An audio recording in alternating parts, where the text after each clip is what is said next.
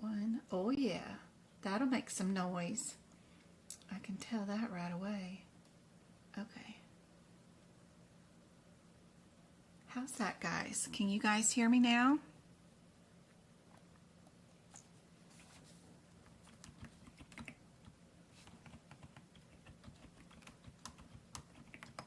Yeah? Okay. Great. All right. So I was saying, just let me know in chat if you have any questions at all on any codes or anything. Let me know where you're typing from, because that's helpful. You might be able to find some study buddies.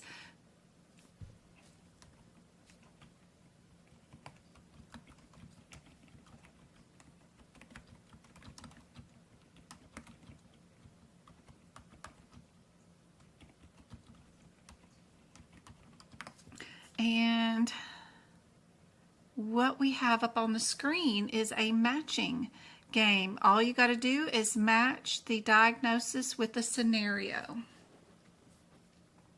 Phoenix, Carolyn's in Phoenix. That's awesome. PA, Louisiana, Kentucky, Oregon.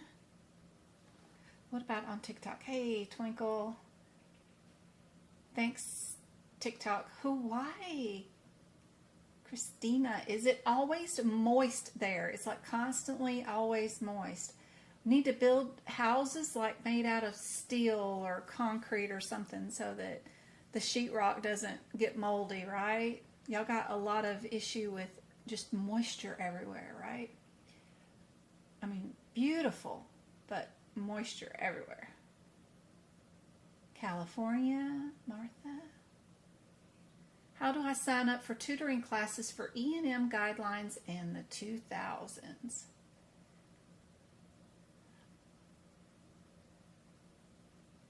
Right now, my class I have is this Sunday is for CPMA. I'm doing the cases at the end. So we have a bunch of cases, and I'm going to show you how to attack those from knowing what to look in the example for what AAPC wants to test you on. If you look at the case like you want to be a real-life medical auditor, then you'll spend too much time spinning your circles and looking for things that AAPC isn't looking for. They're pretty consistent on what they want to test you on, like places of service or physician signatures matching or date of service matching. And you can tell based off some of the questions that are in the scenario. So I'm going to show people on this Sunday in 2 days how to handle cases for the CPMA exam. So I only have about 15 people signed up for the workshop, so it'll be a small class but fun to do. I can't wait. It's my first one for CPMA this Sunday. Saturday, tomorrow, we've got a water park attendance for Travis's best friend's birthday, so not much time to do much of anything tomorrow since the place is 2 hours away from us, but I can't wait to hang out with you guys on Sunday. Boys have a school event that starts on Monday. Travis starts school back on Wednesday, and then James starts back school on the following Monday. So summer is almost over with. Island Mountain Girl, good to see you. Tanya, good job. Go-Kart still got her subscription on TikTok. Aw, that's so cute. Thank y'all for the 500 taps and the shares of the TikTok live. You guys are great. On this scenario, YouTubers, have you got these matched up yet? I don't see any answers yet in chat. Thank goodness. I'm so hot all the time. Aw. I need all your advice on Practicode. Just starting the big differences from multiple choice. Abril, you're gonna, I hear it's pretty stressful, and I hear it's not always correct. So what I would recommend is Googling the first part of every sentence in each one of those scenarios and just finding the answer that's posted on Quizlet. Or join my Discord study group. You have 2 rooms in there of Practicode where people have posted the examples and answers, and y'all work on them together. There's one voice one where you guys can call each other over the internet discreetly, you know, like just through the site, and y'all can have open conversations without cameras being on, just open mics, and y'all can discuss the cases. And then the other one is just a type text study room, you know, of course. But there's people that have already finished all 300 examples or whatever it is, and can help you out with those. And since a lot of them are inconsistent or incorrect, I would just Google what the answers are and fill in and finish it as soon as possible so that you can get your apprenticeship taken off as fast as possible. I wouldn't stress yourself out about being micromanaging and trying to learn a whole lot from it. I would just try to get through it and get passing grades is what I would do. But that's just my recommendation. Yeah. We'll tell you you're wrong even when you have the right answer. Yeah. So just go find the correct answers and just get it done. Yeah. If you have something that you really want to learn how to code, like it's coming up for a particular job or something, and you really want to know how to do it, just let me know what it is, and can teach a little lesson on it. But other than that, I wouldn't spend your heart and soul trying to learn from Practicode. Just go get it done. Go get her done. All right, the answers. Anybody on YouTube want to answer these? Where would an S code go? Where would a J code go? Where would the M code go? And where would the C code go? Before I would bother looking up all the individual minute little code numbers with all these, that would waste my time. But I know S section has a header, external causes, right? J has a header for respiratory stuff, right? M, musculoskeletal issues, right? C for cancer, right? So I would look through these scenarios quickly and see which one might be under those.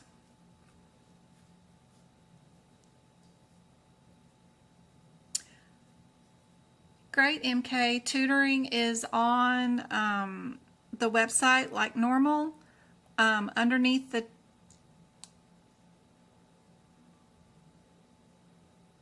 I'm spending time on my ICD-10 guidelines Discord next week.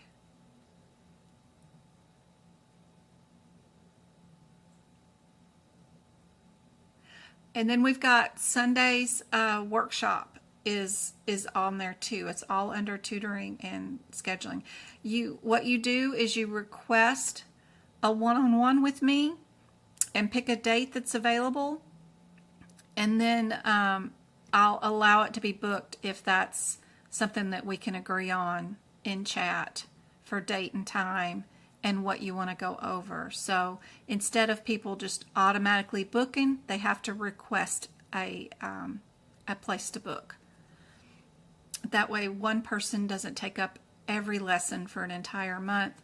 That way I can get more people in and at least get 1 or 2 lessons in for everybody that wants to get in.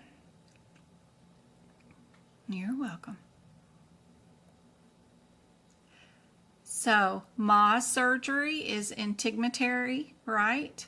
That's probably the C one, right?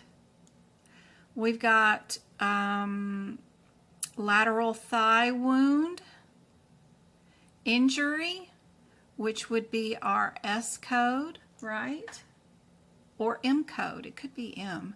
It could be M. I forgot about that. What is our underwent reduction of Coley's fracture? The left wrist. And then we've got a lateral thigh separation wound. And then we've got endoscope polyps of the ethmoid. We know that that's going to be our J codes for sure. So we got our J and our C. So it's just the S and the M that we need to think about.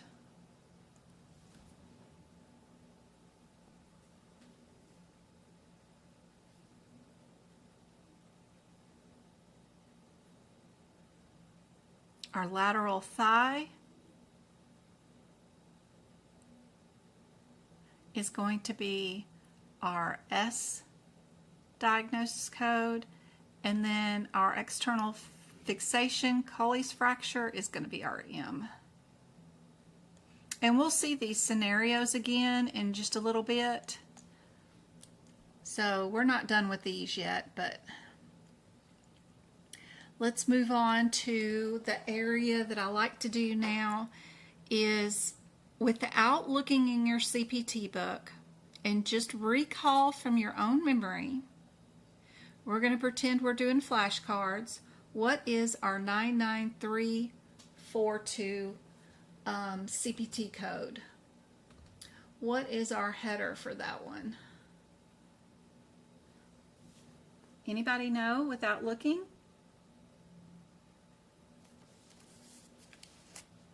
What is significant about it? Some of them are like new patient or established patient. Some of them are like admits and discharge all bundled up together. What would be significant about 99342? Anybody know off the top of their head?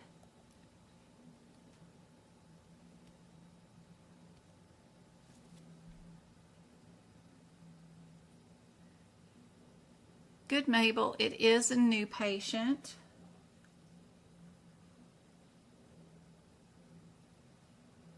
And Jen, yes. Mitchum, yes. That is nurse. No, it's not nurse. It's not nurse. You're close. But it is a new patient. You're close. It's not a nurse visit or like a home health nurse visit.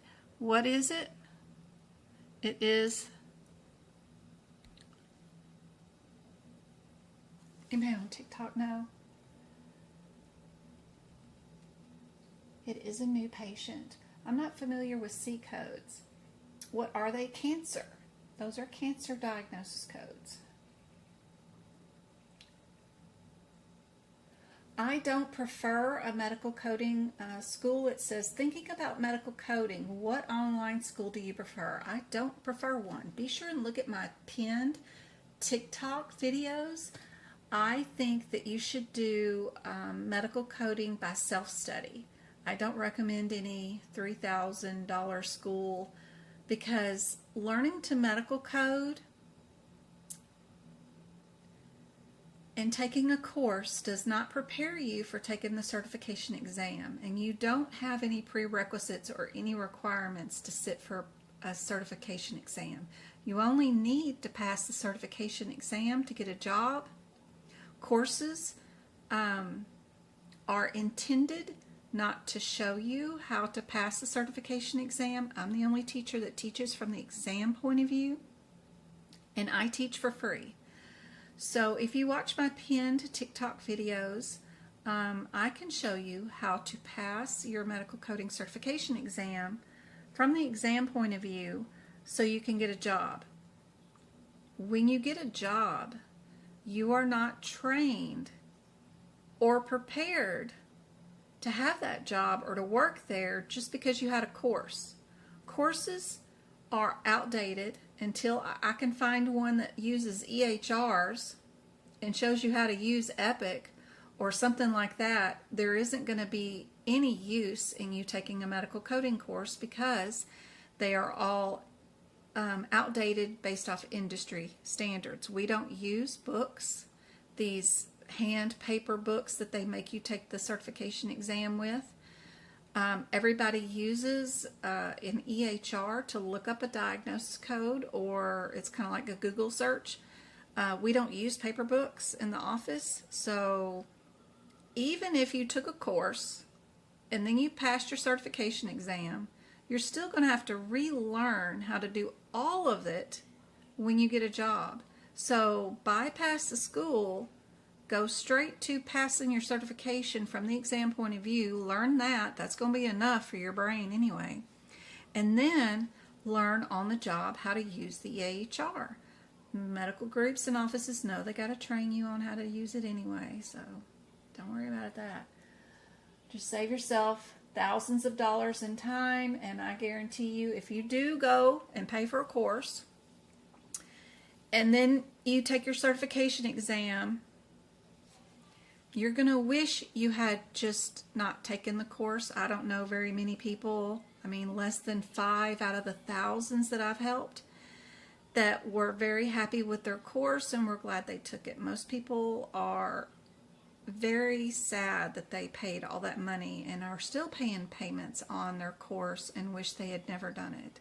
So most people never finish their course and can't afford to pay for extensions, and it's just a waste of time anyway. All right, 99342 without looking in the CPT book is a home visit, and it is for a new patient.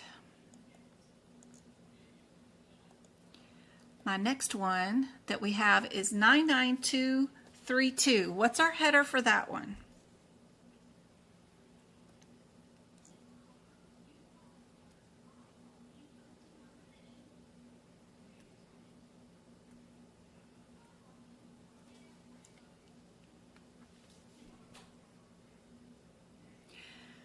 Yasmin, you can get a job as like a medical auditor, a HEDIS abstractor, a EHR auditor. You can work in thousands of different industries. You can even be a lawmaker with CMS. You could be an educator. There's all kinds of stuff you can do.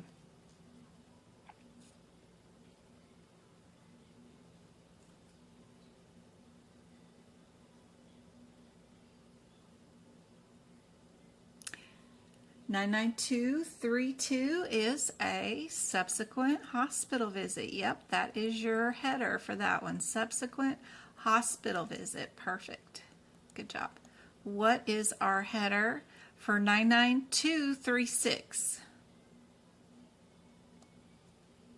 Without looking in your book, 99236 is what? Anybody on TikTok know? Thank y'all for the almost 700 taps and the couple of shares on TikTok. You guys are great. Working together to get out the word. We got 37 of you guys on. You're going to preppy and feel like I didn't really get a good grasp on medical coding. Aw. Once certified, how do you get a job with no experience?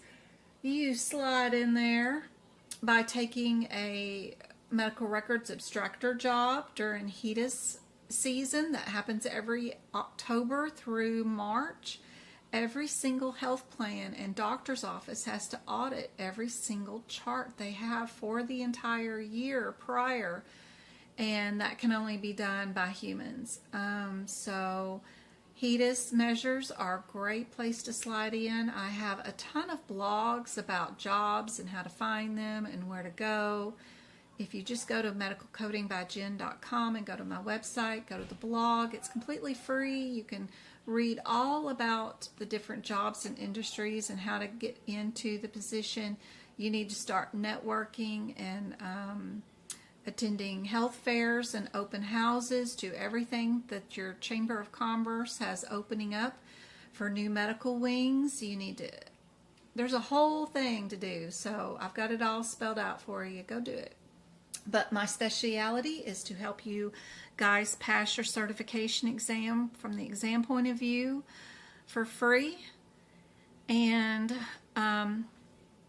there is plenty of jobs in the healthcare facilities to keep all of us so employed. We'll worry about all that stuff later. 99236 is admit and discharge for OBS, right? That is our observation, but the key points are admit and discharge all in the same day. That is what you need to know about that code. What about 99222? Correct, MK. You're very welcome.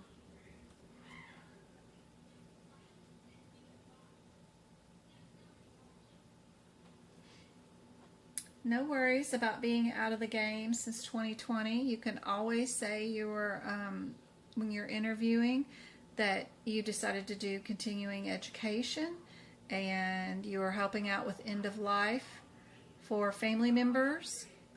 They can't balk you for all that. Be sure to go to the CMS website, take all of their free certification classes. Each one of them may last about 20 minutes, and there's unlimited exam time on all their certifications. You can add those to your resume. You can say you took 2 classes from CMS on appeals and denials, and and then the next year you took HIPAA compliance, and there's so many certifications on there. The link is also on my website. If you go to medicalcodingbyjen.com, go to the resources tab, which is free, and go to the FAQs, you'll find the CMS website link for the free classes and free certifications listed there. 99222 is our admit hospital. That's all you need to know about that one, is admit hospital. What about 99242? Anybody know that one?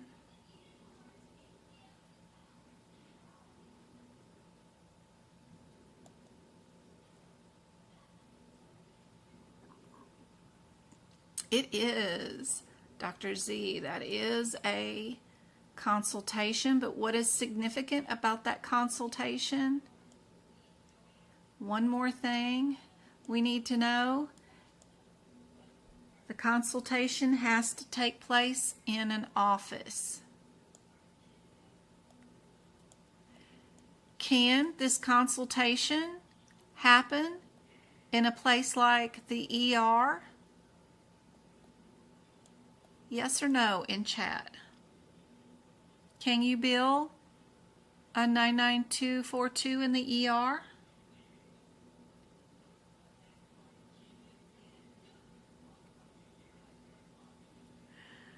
The doctor is correct, so is Jen.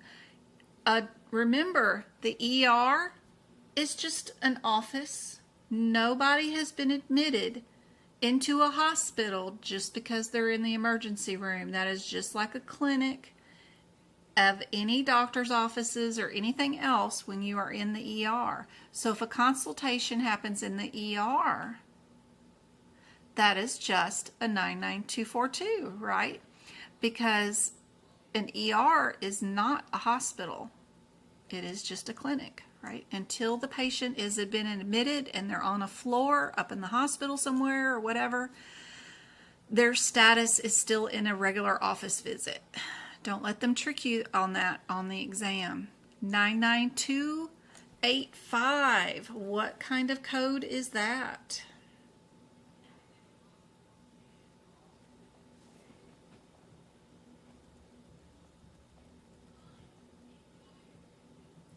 Hey Jess, good to see you. Jess is on TikTok. She's one of my first ducks from like way back in the day, 2019, 2020, when I started teaching medical coding from the exam point of view. So good to see you. How's life treating you? Indeed, this is an ER code.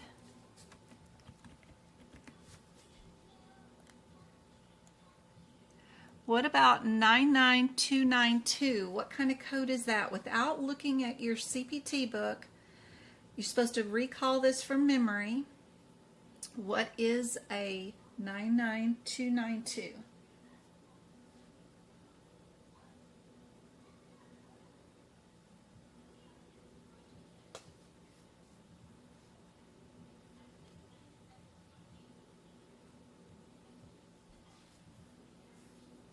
Gosh, that's hard to believe. 4 years ago, Jess? How does time fly? We met on TikTok. I helped you pass your certification exam. That is like 4 years. I cannot believe it. That's crazy. Travis was like 10 years old. 10 or 11 when I started teaching you, and now my baby will be he'll be 16 in December. That's crazy. Critical care. Indeed, it is the critical care code. There is no new patient or established with that one, so it's just critical care.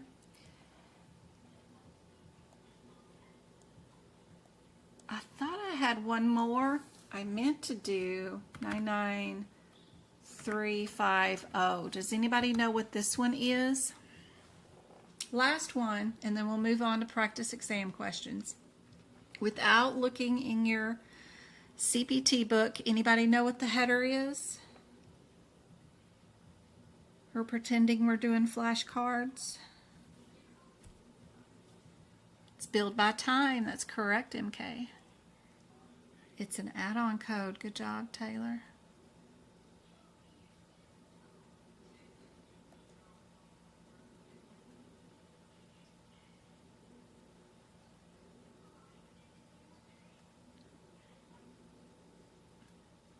Yes, another home visit. What type of home visit? What other thing is significant?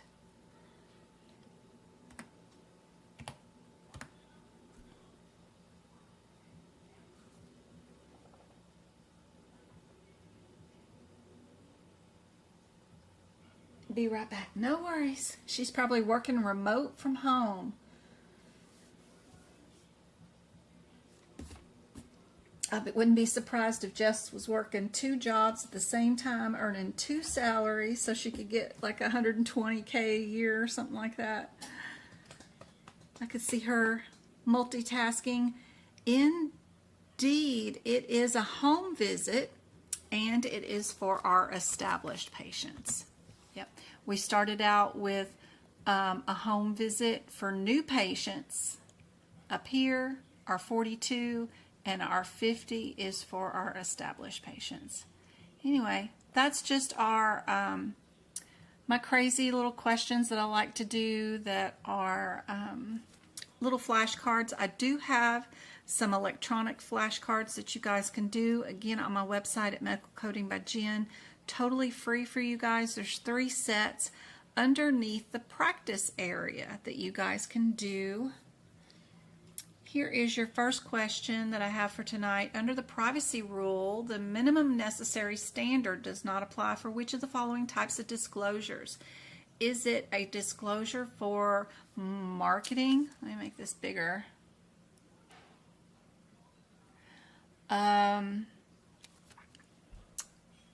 Disclosures required by law, disclosures for fundraising activities, or disclosures for business associates? What do you guys think? Thank you, MK. I love teaching you guys. I hope it's of value. I know you guys are super busy. Y'all got so many other things y'all could be doing right now, but y'all are listening to me rattle on. And I hope the time away from your family or your responsibilities, that it's not wasted just on me blathering about. So I want to make sure it's good value. It's worth your time. It's worth my time spending here writing all the questions and putting them together and presenting them too. What do you guys think is the answer for this one?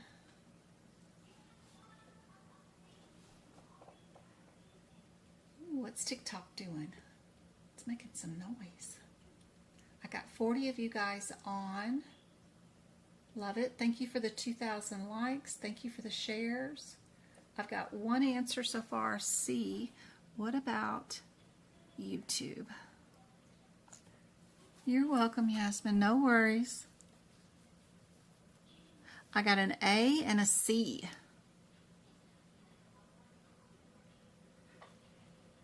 I don't see any correct answers yet. Oh, there we go. Mabel got it. B is the correct answer for this one. Which standard does not apply? It is B for this one. I have the rationale here. You guys can read about that. When a disclosure is mandated by law, the minimum necessary standard does not apply. We have to send them everything. When they subpoena a record, there is no minimum necessary requirement on that. So it's kind of a tricky question, but I thought it would be helpful for you guys to see it in several different formats written differently each question. So here it is again, but it's written differently this time. Under the privacy rule, the minimum necessary standard does not apply to which of the following types of disclosures? Is it a disclosure for health oversight activities, a disclosure for judicial or administrative proceedings, a disclosure for individual who is subject of the information, or a disclosure for research purposes without individual authorization?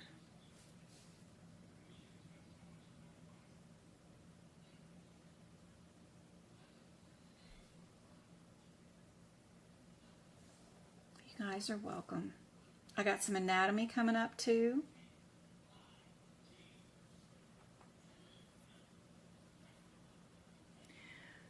Some of you guys have the AAPC study guide. This is the same question that's in the study guide with the same answer, but it's just written with different fluff words. So, what's the answer to the one that's in the study guide?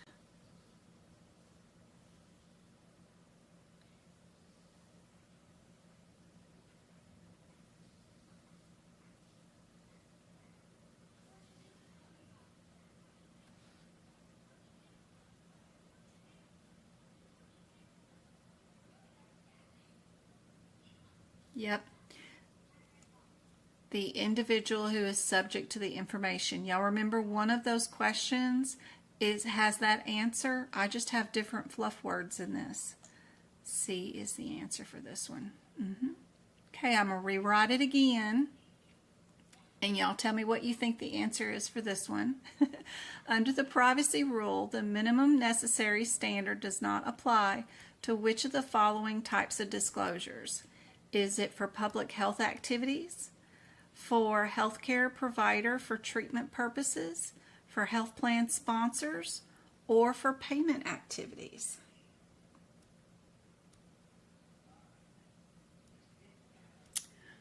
Which one does the privacy rule not apply to?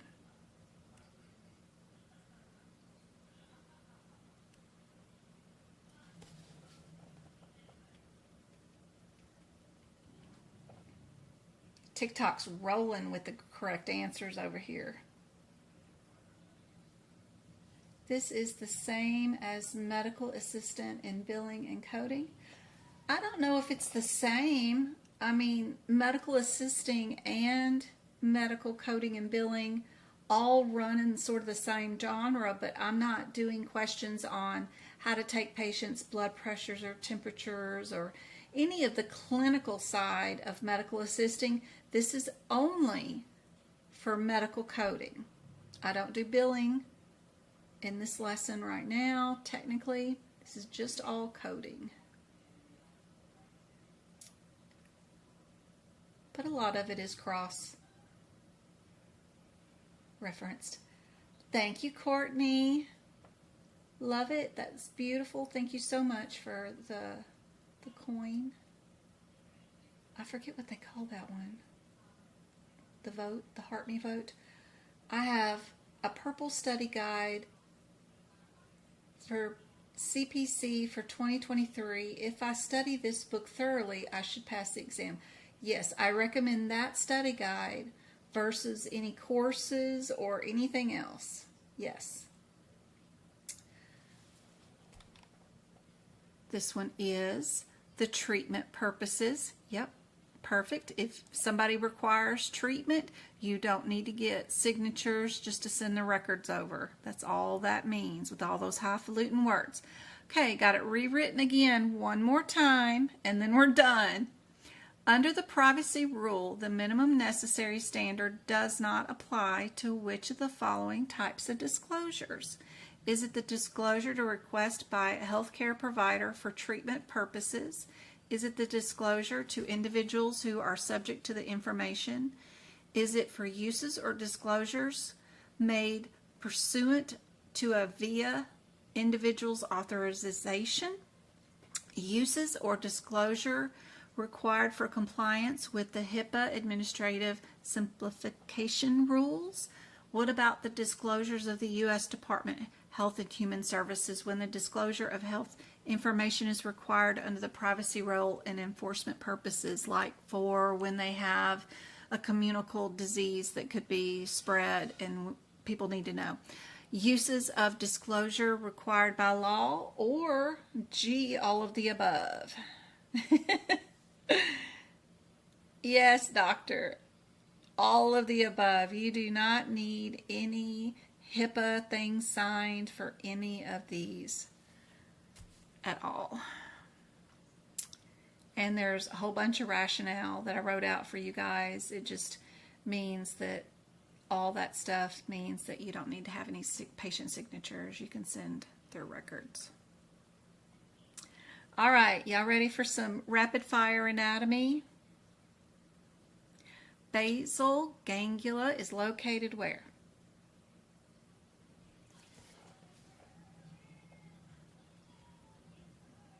Rose, thank you so much for the gifts. They're on TikTok. Thank you for the 4,000 taps. Thank you for sharing the live. What about on YouTube? I've got 32 on and 16 likes. Don't forget to like the live here on YouTube and do a whole lot of chatting in the chat, even if it's just typing where you're typing from or saying hello, because I am going to give away some YouTube subscriptions and you could be a winner. YouTube picks the winners. What you'll be winning is access to my exclusive content that is hidden. I have 5 memberships I'm going to give away today, and those memberships will give you access to the duck classes, the workshops, and the podcast, including any course information or classes that I have built a video on for a particular subject, like the most missed concepts, other exclusive videos that I have out there that are hidden and they're just for the members. So super helpful. Just be sure and keep chatting in chat. The answer for this one is C. I saw a lot of B's and D's. So be careful about that one. Got a little work. Be sure to make notes in your manuals about that one. What about this one? Sometimes, you know, when you're doing the questions with me, it seems a little bit easier than when you're by yourself doing the exam. And it is harder when nobody is reading out the questions and the answers for you, to you. So some of these I'm going to try not to read out to you and see if you guys can individually pick out the answer yourself. But I know some people are listening in their cars on the way home and stuff like that. So I'll try to read every other one or something.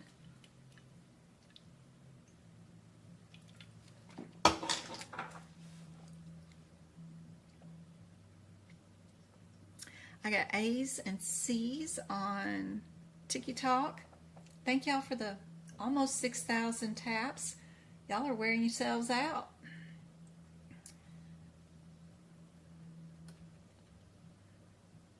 I can't see it. Oh, there we go.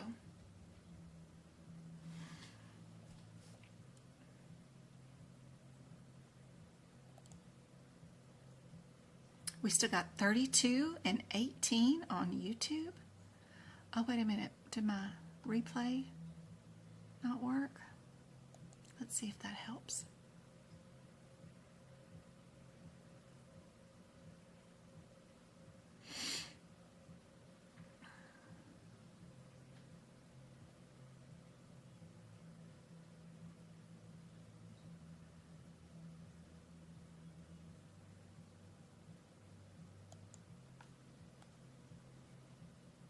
All right. C on this one, not B, guys. Everybody's, they got this one backwards from the last one.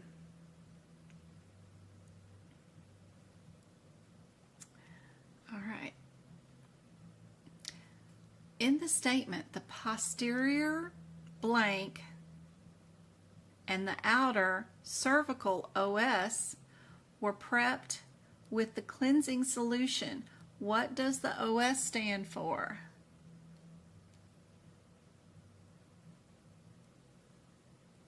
I know this one is technically on the exam but written differently. There is an exam question out there about this particular item.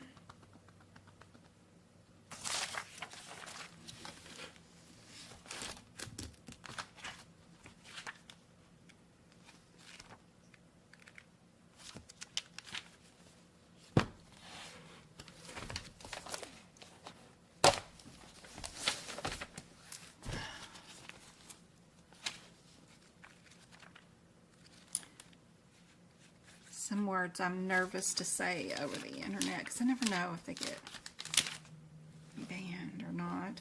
But let me show you on our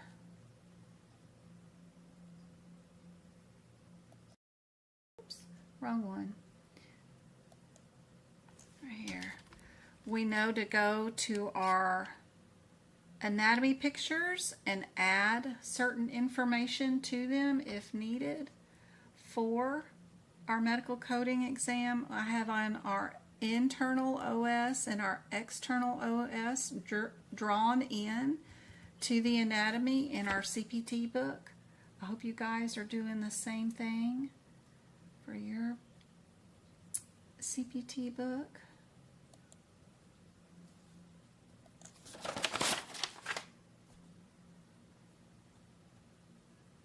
Everybody got B for this one?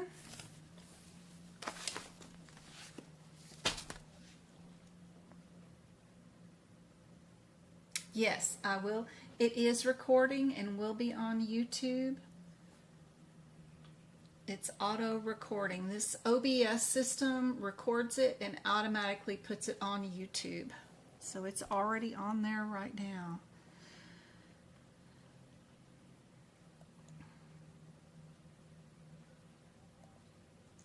And the replay is available to everybody, even if you don't have a YouTube membership. What about this one? Let me move this out some for the TikTokers. There we go.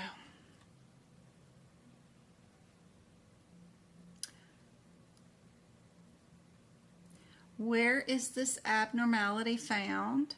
Is it a junction, a point, a lower, or an opening?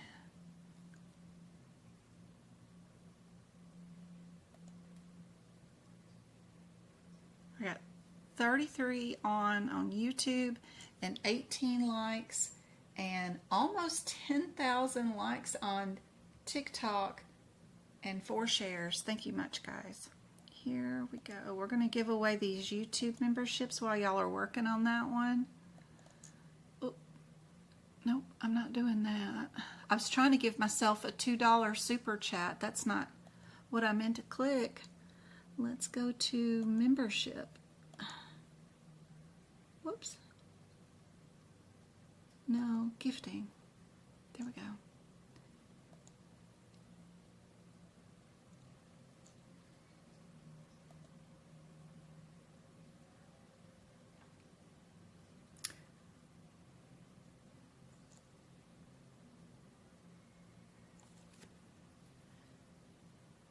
The information can be found usually in your ICD-10 book. I don't know what kind of ICD-10 book you've got, but I highly recommend using the AAPC version of the ICD-10 book, because if there's a practice question on that subject, then it's in their books.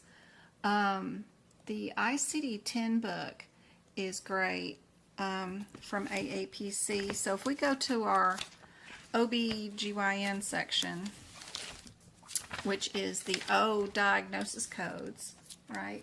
Oh, let me verify something on TikTok real quick. Here we go.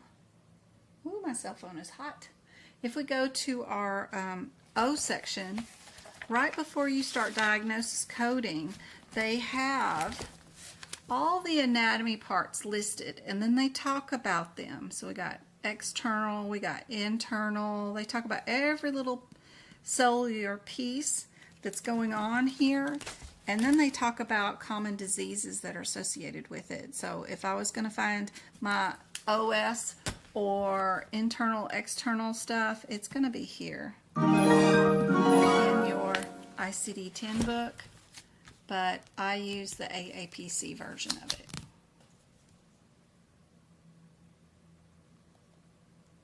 I recommend getting those, but don't get them from AAPC because they charge you $20 or $25 per book to ship them. That's $75 for 3 books. Too expensive for that. I just get mine off of Google somewhere and find me somebody that's got one for sale with free shipping.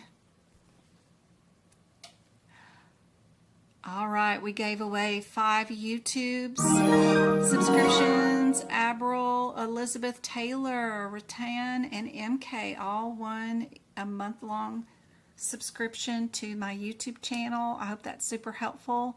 We'll give away 5 more on our next live, which should be Monday, Wednesday, and Friday next week. I'll have the links posted up soon. Let's check our answer for this one. Everybody get B?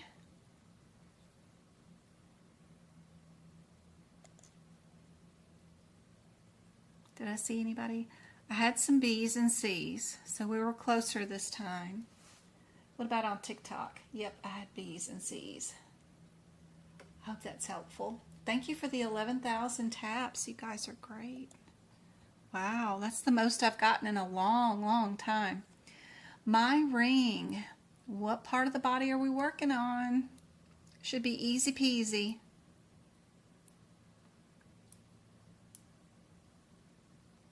Easy peasy. Where are our rings? My rings. What type of surgeries? Yep. Easy one. That one's the ear. What about a resection of the left inferior rectus muscle? What body part are we talking about? Hand, foot, eye, or abdomen?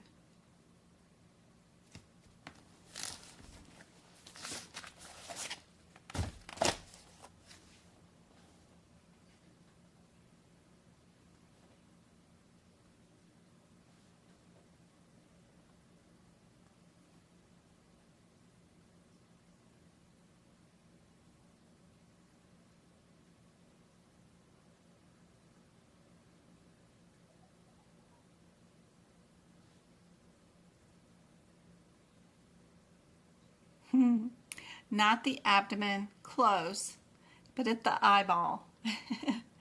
There's those eyeballs that control the movement of the muscles of the eye.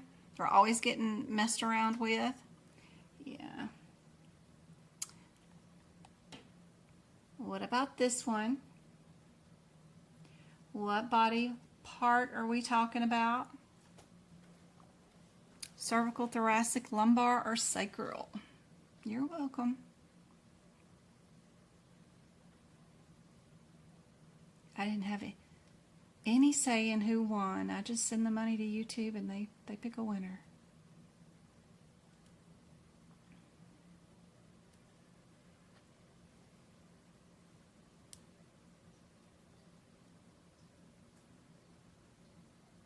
Got lots of B's. Indeed. Perfect. Good job. What about this one?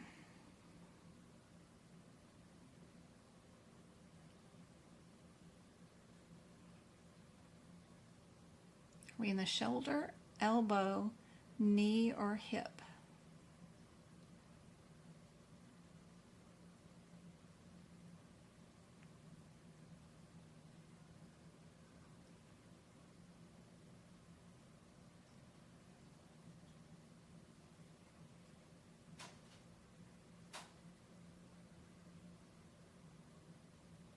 This one's going to trick some folks.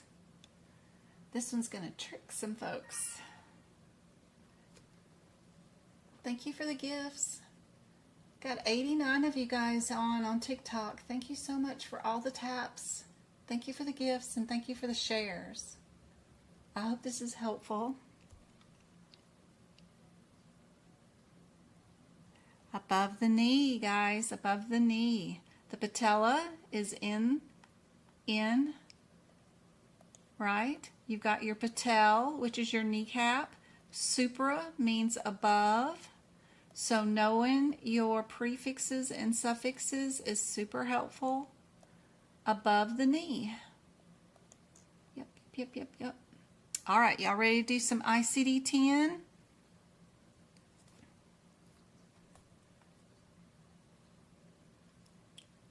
Easier one to start off with.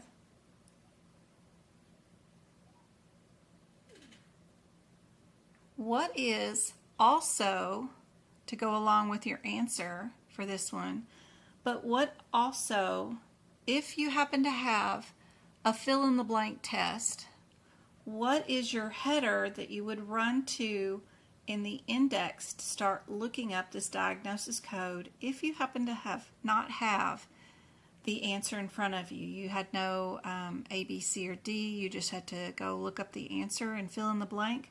What is your main term that goes along with this one? Does anybody know the main term? Is it heart, hypertensive, or is it disease, or some other word that is not located there? MK, I think your your video is behind. I think you need to fast forward it. You're answering questions that we've moved past.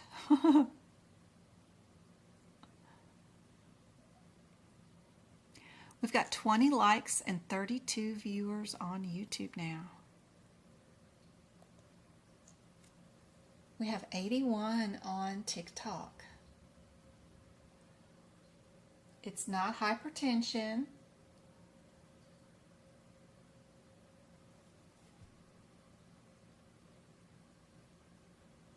If you were going to look up this one in your ICD-10 index, you would have to go to the alphabetical index, which is in the front of your book. You have 4 different indexes in the front of your ICD-10 book. Be sure you know the differences between them, right? We've got our ICD-10 one. We've got our other index for the cancers, right? We've got the one for the drugs. There's the one for the cancers and neoplasms. Then we've got another index for our drugs. And then our last index is for our index of the external causes. So there's 4 of them you can use to look up a diagnosis code. Knowing which one you need to run to is part of half your battle, right? For this one, we would go to our indexes and we would look up the word disease, right? We would find disease first.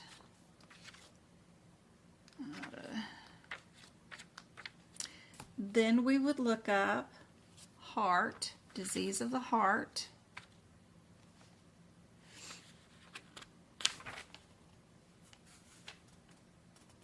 Ooh, you can tell I never do this. We never do this in a real office. Oh, it's such an archaic way of doing things. All right, heart, right here. And then we would look up the hypertensive. And then it would tell us where to go.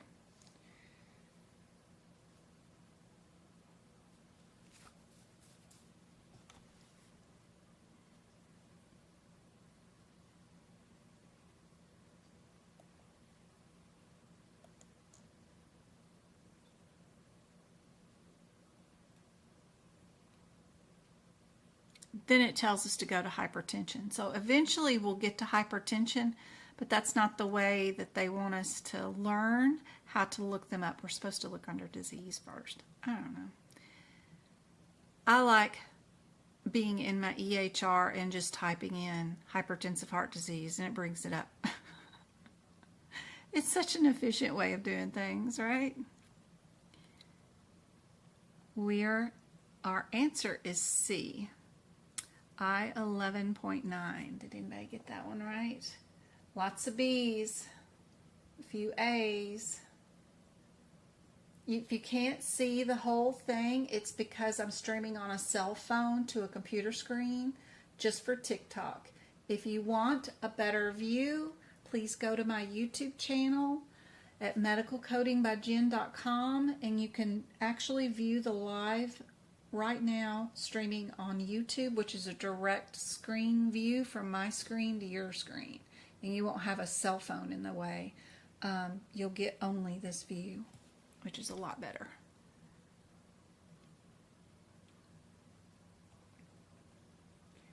All right. Sickle cell anemia, same thing. What do you think the answer is? And what is our main term that we run to the alphabetical index to look up to find this if it was a fill-in-the-blank exam, which they may go to one of these days. I have a feeling it won't be the whole exam. I think it'll be the last 10 questions at the end. You're welcome, Go-Kart.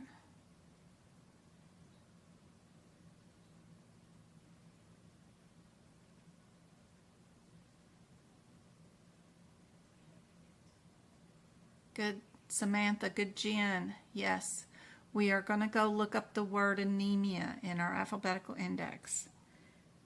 And then we'll look up sickle cell after that, right?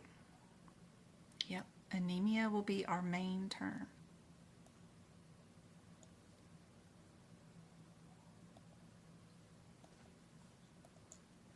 And our answer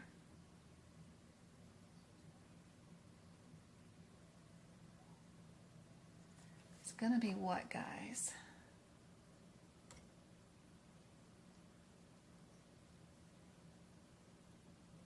I got a lot of B's, C's, and D's. Oh my goodness. Sickle cell anemia is going to be our B.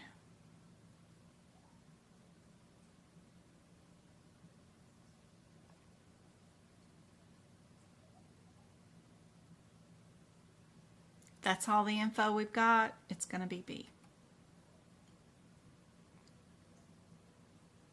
Same thing for this one. What do you think the answer is, and what is our main term? What's the thing we're going to run to the alphabetical index and look up if we did not have fill in the blank?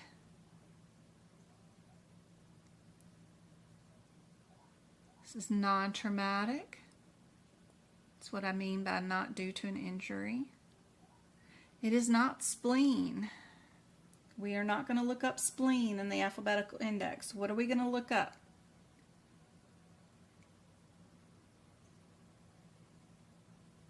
Not spleen. Nope, nope, nope. That's going to be the body part that got ruptured. Yes, ruptured is our main term.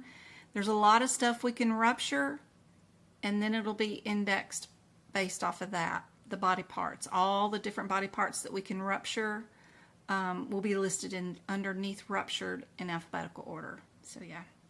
What is the answer? A, B, C, D? You'd think injury, wouldn't you, MK? But no, it's ruptured. Because this is not an injury, because it's not due to injury. See, it says not due to injury.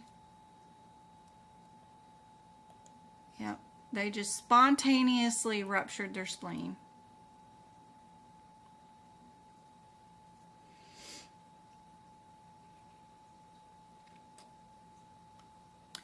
A, B, C, D.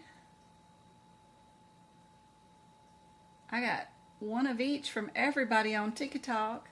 Oh my gosh, I got 100 of you guys on. Thank you so much for all the taps. Got 12,000 of them, and thank you for all the shares. Really appreciate it. I hope this is helpful information. We're working on medical coding certification exam from the exam point of view.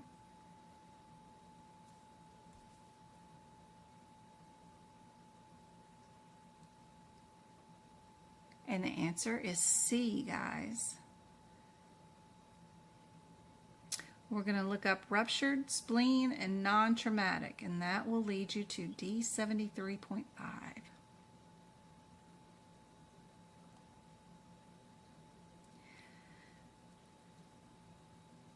Now this one wants to know if you know the guideline associated with all of these different diagnosis codes. Which one would be sequenced first?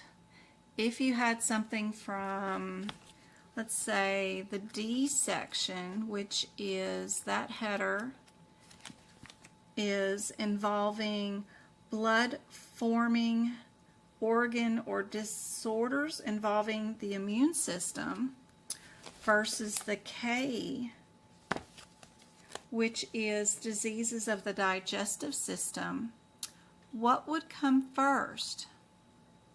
And inside any of these, what would be first? Do you know? B is infectious and parasitic diseases. So the patient was diagnosed with an abscess on their spleen, also an intra-abdominal cavity, so they have 2 abscesses. They also have AIDS, and they have hepatitis C. You need to know if those are associated with the disease. So what I mean by that is there is a list of diagnoses in your ICD-10 book that, according to certain guidelines, the problem is associated with that particular disease. I don't know if you guys have noticed. Let me see if I can find it on my website. I've got some Easter eggs for you guys, like this one. If you're on my website, medicalcodingbyjen.com, and you are part of the membership for the extra bonus practice questions, if you go to the diagnosis one page where I have all the bonus practice diagnosis questions, did you guys notice that way down here past all the diagnosis code questions practice for the exam that I wrote, I do have that fancy list right here that you guys can copy, paste, download, print. It says where you can assume there is a link to these diseases with each other. So it's kind of cool. I have that list listed down there. It's pretty cool. But the practice exam questions are also cool. You just click on an answer and it'll give you the answer and the rationale. If you are a YouTube member, or the membership site, I'm sorry, not a YouTube member. YouTube member does extra bonus videos, and then my website membership does bonus practice questions. So if you guys need help with practice exam questions, that's where that area is. This is practice area right here is where there's free practice exam questions and those free index cards that I told you guys. There's also a free PDF here of the heart, and this one's cool because I know one of the questions on the certification exam can be answered right here with this particular PDF slide. The other cool stuff is the shared gallery, which is completely free for you guys too. No memberships needed. It's got all the best pictures there are. How do I get an extra hour to take my exam? How do I code cabbages? That's a really cool picture. All my favorite anatomy pictures. Favorite diagnoses. What camera do I use? What pens do I use? How do I carry around my books? How do I code multiple twin deliveries? All kinds of cool stuff here. How do I keep my books from unraveling? How many questions are on the exam? All kinds of pictures here for you guys to peruse through that have tons of good information. Don't forget to hit the resources tab. There is that FAQs that are there. It's really cool. That has that list of the CMS certifications that you guys can do for free. Also, you can join our Discord group, free study group that's there, and the CPT book prep page is great because there's 8 pictures there you can click on, and it'll show you how to make your own notes. The social media tab is great. If you want to attend this Sunday's workshop, that's there. If you want to request tutoring from me, that's under the tutoring tab, and the blogs are all free too, so that's super cool. There's blogs on how to get jobs and how to do spine coding, all kinds of stuff is there, so super cool. But let's get back to our practice questions. This particular question, what do you guys think is the answer to this one? Yasmin's trying to get her extra hour. Awesome. I did the CPMA exam in 2 hours and 5 minutes. And it has 100 questions too. So if you're organized and you've practiced looking for the process of elimination by looking for coding irregularities, looking for similarities in their answers, and practice it well, you can get through this exam in lickety-split time. 2 hours is a lot of time to sit there, but it's still only about 1 minute per question, so you can do it with lots of practice though. That's why I love making all the practice exam questions for you guys. You guys can practice more and more questions with the website. Don't forget about our Pocket Prep 2 is super cool. I've got a link on the first page of my website where you get access to 750 practice exam questions with rationales and page numbers where the answers are. It's wonderful. Love it. Would we do a code from D first, or B, or K? If you're looking for similarities, we've got 2 answers that start out with B. That would eliminate those 2. Would you be a B20 first, or would you be a B19 first? What do you guys think the answer is?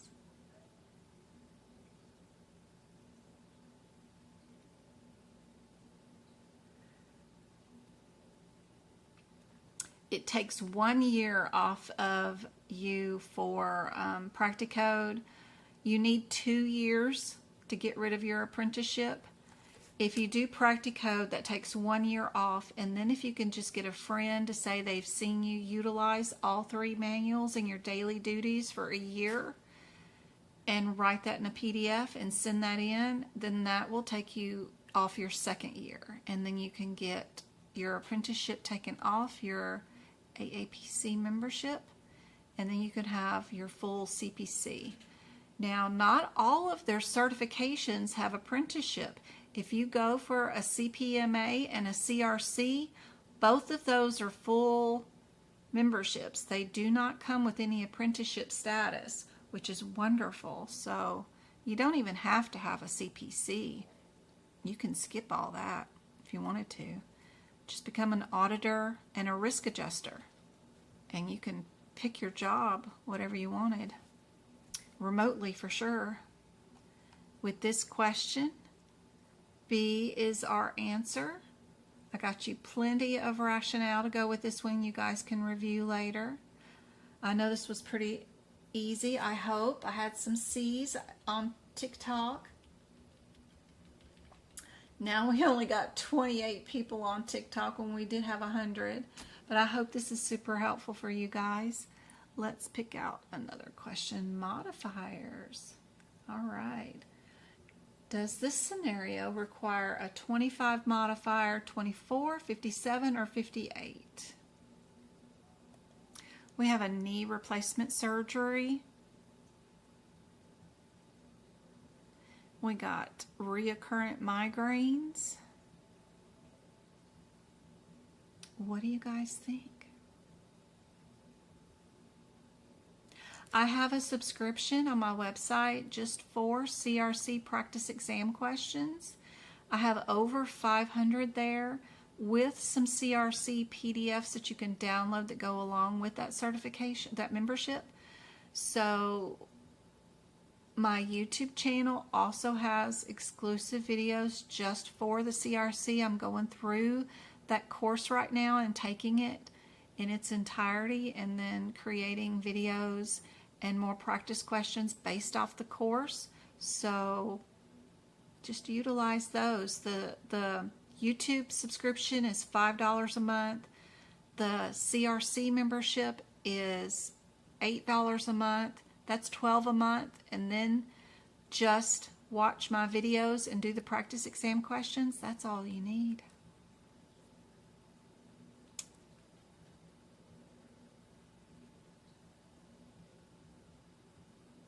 What's everybody saying?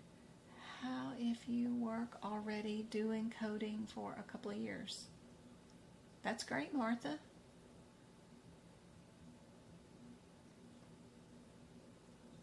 Yes, move over to YouTube so you get a full screen view.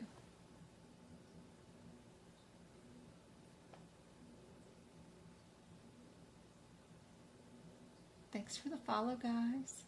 I work from home, but with the pharmacy claims, and I'm tired of getting yelled at. Oh, I bet you are, Sweet Pie. I'm sure you are. It is a sad, sad world our industry lives in, with prescriptions not being covered, and it is totally not your fault. It is. There's a TikTok physician who records her conversations with the health plans and listens. Even the physicians that she talks to that work for the health plans that deny her patients prescriptions, her conversations with those physicians and their reasoning and outcomes are crazy. Have you watched any of those? It's enough to make your blood pressure just sky high. And she just documents all of it and puts it out there like she is trying to get a prior auth, and they absolutely hire physicians that are deniers. And that's their whole job, is to deny every single claim that comes through. I don't envy you.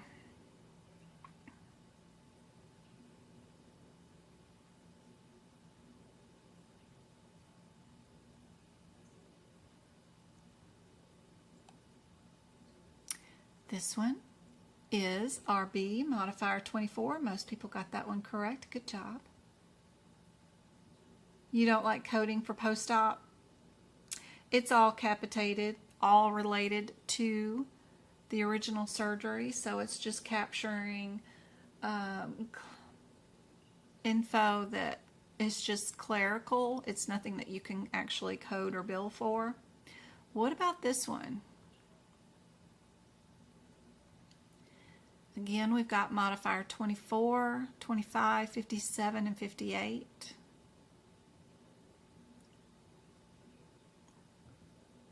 We've got post-operative follow-up visit.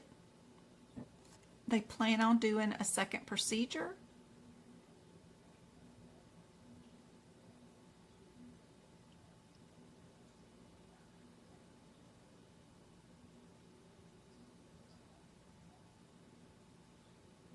Yeah.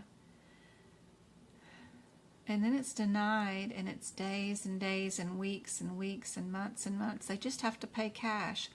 I've had some pharmacies refuse to let me pay cash sometimes too. And,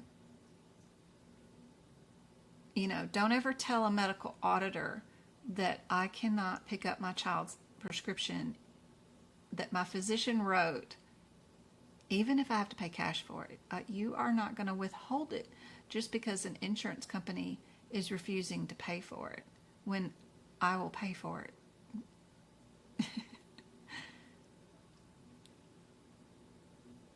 It's crazy. I've had to give them the stare of, you really want to do this to me? Just get here. I'll pay cash for it. Here you go. It's not like, you know, it's crazy. You're not going to deny care just because you don't want to give me the medication. You're going to give it here. I'll pay for it.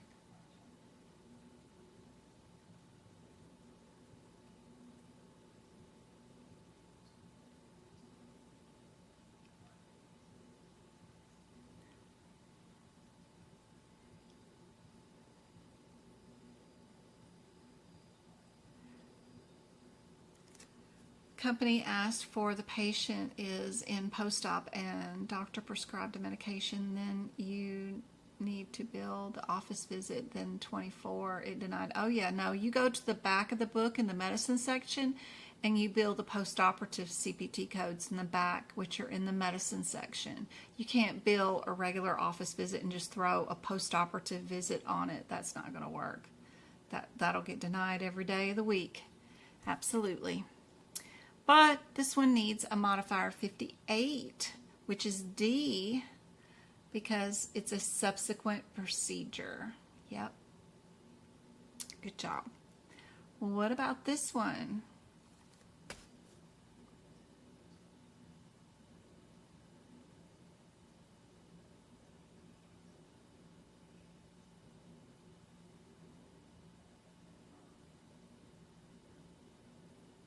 I don't know, Samantha. I'm not in the job market. I haven't been since before 9/11. That was the last time I interviewed for a job.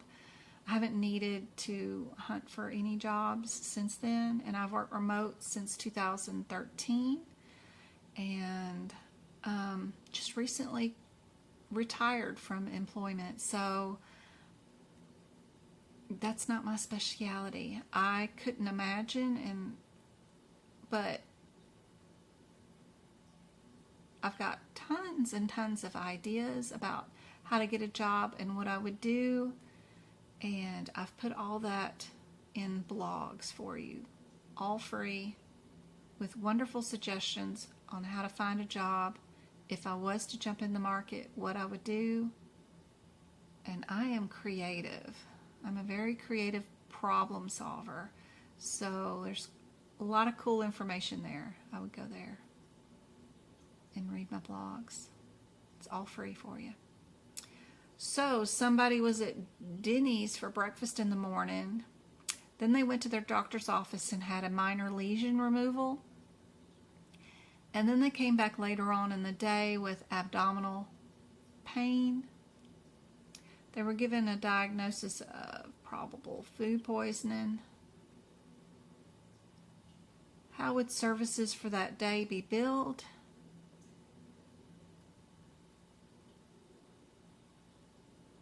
You're going to need my help. That's all right. No worries.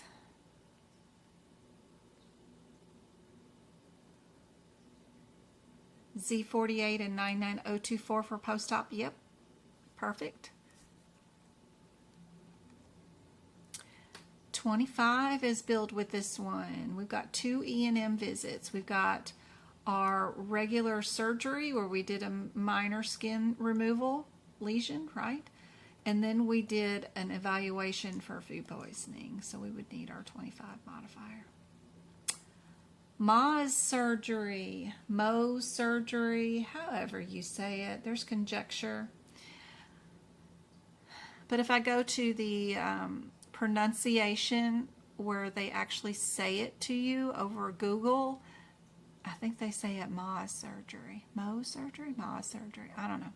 Anyway, what would be our answer for this one? We have stage 1 involved 2 tissue blocks with preparation and examination. What would be our billing charges for that day?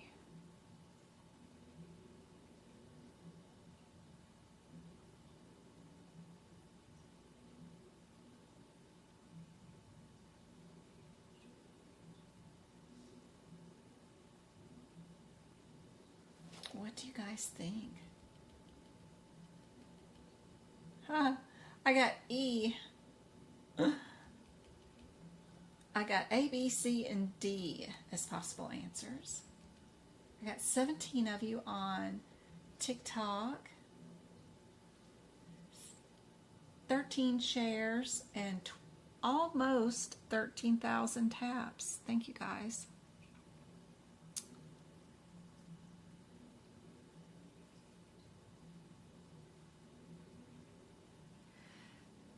I don't think anybody has their body part picked out correctly. Where was our body part? Our body part is on the nose. Does 13 take care of nose? Nope. It's just trunk and extremities, right? Or something like that. You got to make sure you got your body part picked out correctly. Ooh, I see we need some help with the Ma's surgeries. Okay. I love these because these are one of my favorites to teach. Integumentary is great. I love it.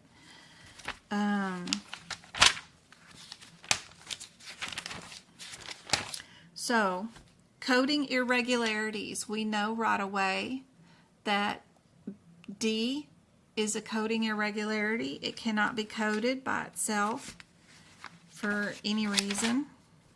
So that's one thing we can do. Our other thing that we can do is, where is my camera? Here we go.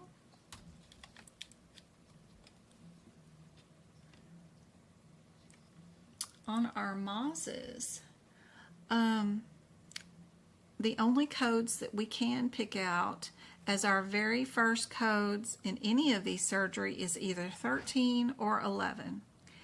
The only differences between 13 and 11 is body parts, right? 13 will only do trunk, arms, and legs. And it only goes with the 14. 14 and 13 can only go together, and that's it. There's no other combinations of these. I can't put 14 with the 11, and I can't put 12 and 14 together. None of that's going to work. 11 does everything else, right? So our head, neck, hands, feet, genitalia, everything else that is not, including nerves and vessels, is all 11. So the first thing you see in these answers is, am I a 13 or am I an 11? I know I can't be a 12 because 12 is an add-on code that cannot be the only code given for any answer. It just will never happen if it's got a plus symbol in front of it, right? Unless they're asking you which add-on code is correct, right? That will never be the answer because it's got a plus symbol in front. Plus symbol means that that code has to go along with another code. It cannot be coded by itself. So D is a coding irregularity. Then my major header differences between the answers is body parts. 13 is trunk and extremities, right? Arms and legs. Hands and feet go up here with 11. So you have to be careful. Just because we do arms and legs on 13 doesn't mean we do hands and feet here. Hands and feet go up here. So be careful with this. But everything is here except for your chest, back, arms, and legs. If you don't know that trunk means chest and back area, be sure and write that, and make sure that you don't consider hands and feet part of arms and legs. Okay? So right here, if we're doing nose, nose is not our 13. So we can get rid of that. Now all we need to know is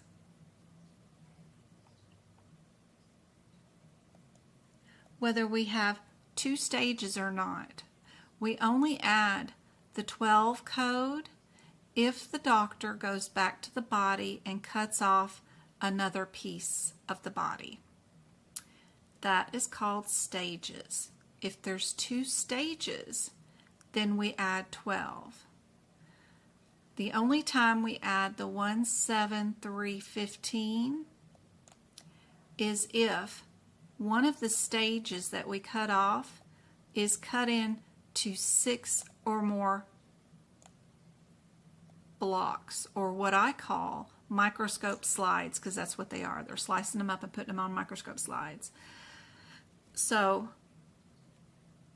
in Moz, we never add anything. So if there happened to be 2 stages and one stage was cut up into 2 microscope slides and then the second stage was cut up into 5 slides, we don't add these together to equal 7 or something. If they're both 5 or under, we do not add this 15. If this did not say 2 and it said 6, then we would add that other CPT code, but just FYI. So because we only went to the body and we only cut off one piece of meat, whatever you want to call it, basal cell carcinoma, we only went to the body and we cut off one thing and we cut it up into 2 microscope slides, we do not add the 12 because that is only for multiple times of going back to the body and cutting off something new. So you know that our answer has to be C with this one. Let's do a fake one. So let's say we've got an arm and we have 2 stages. Stage 1 equals 4 blocks, and then stage 2 equals 4 blocks also. What would be our answer?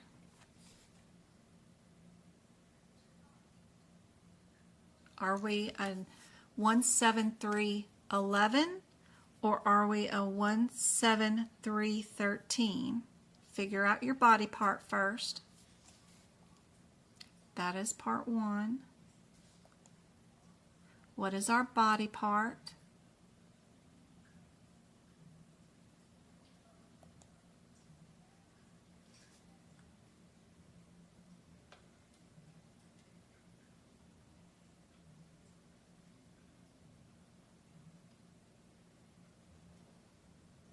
Good job, Tanya.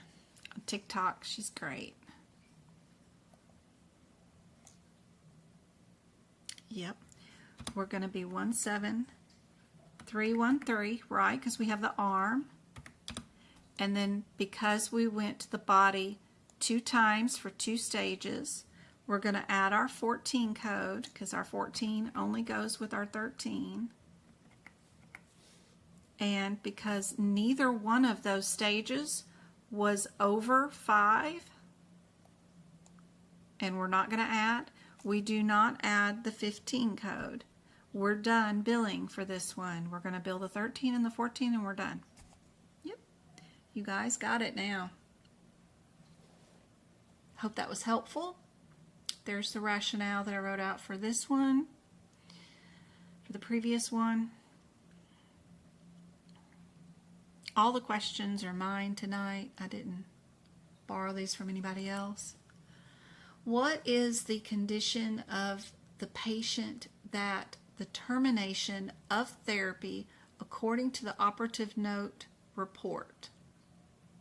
The carcinoma was reduced, was unchanged, removed, or worsened.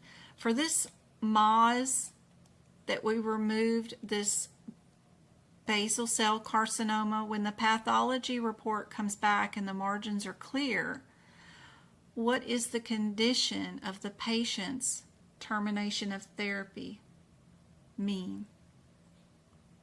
Is it reduced, unchanged, removed, or worsened?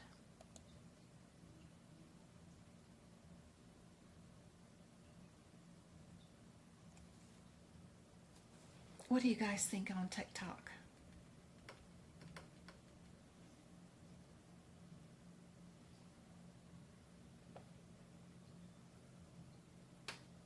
Good job. Yes. Hey, Martha. Good to see you. It just says it's removed. That's easy. Easy peasy. All right. Don't freak out. Y'all seeing all these different CPT codes and diagnosis codes. This one's actually going to be easy. Don't look at the question. If you're reading the question, you're doing it wrong. Please look at the answers first. What do you note about the differences in the answers that might be easier to think about for these process of elimination, for picking out which answer is the best? What do you note about these different answers? What's the easiest way to go about tackling this question? One of them has no modifier. Yep. One of them has no modifier and 2 CPT codes. Is that normal for aapc? We've got one answer with the 58 modifier twice. Is that normal? Is that a normal pattern? We have it down for even another answer where the 58 is there, but it also has an added modifier, another one, a 51. Is that a normal pattern? Would we have 2 CPT codes and 3 modifiers? Could we? Is that appropriate? Then we've got D down here that has that 51 modifier on only one code and then the 58 on another one. What is a normal standard pattern or something that you can do? What is our 58 and 51? It looks like from this question they want to know if we know the proper use of modifiers, right? It's not technically the CPT codes because they're the same in every single answer. And so is the diagnosis code. So 51 is multiple procedures. When can we use that? How come it's not the 59, which is a distinct procedure? And what is 58? 58 is staged or related procedure by the same physician during a postoperative period. So what's going on with this patient? We've got a graft being performed on the thigh, being done today, with preparation of the wound.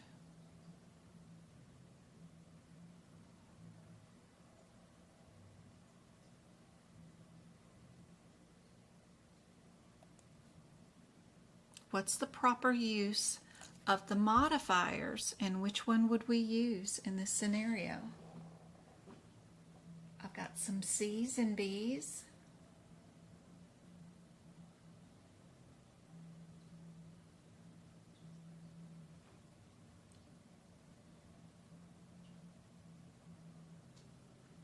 How would we know if this is staged and we needed to use the 58? The 58 is in 3 of the answers. Can we eliminate that modifier? If we do, we know our answer's A. If it's only going to be on one of the procedures, how do we know that from what's being said in our question? If we were going to use it on both of our CPT codes, how do we know that from the question? What keywords help you know where these modifiers go and if you were going to use it?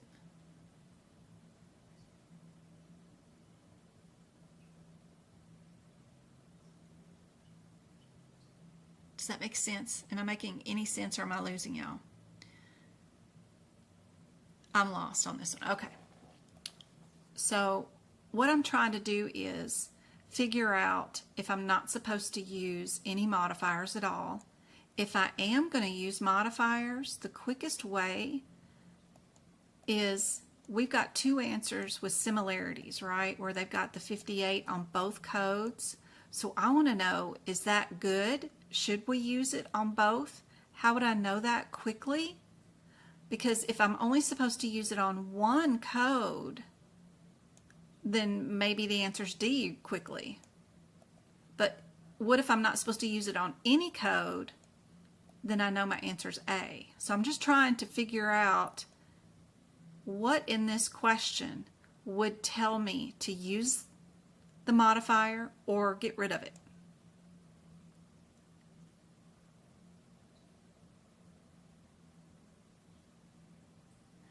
So 58 is staged procedure. How do I know this is a staged procedure? What words in here tell me it's staged? What words? There you go, Tanya.